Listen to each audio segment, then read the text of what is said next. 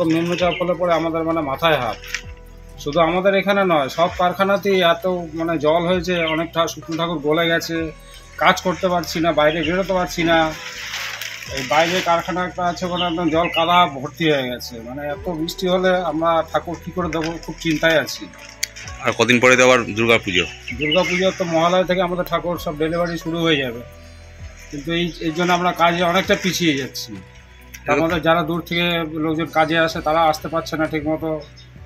এই নানা সমস্যা নিয়ে আর কি। তার মধ্যে কারেন্টে কখনো কখনো ভোগায়, কখনো আমাদের মেশিনে কাজ করলে এই আমাদের কাজের হচ্ছে 7 রকম সমস্যা তৈরি হয় আর কি। যখন একটা হয় সব দিক থেকে হয়।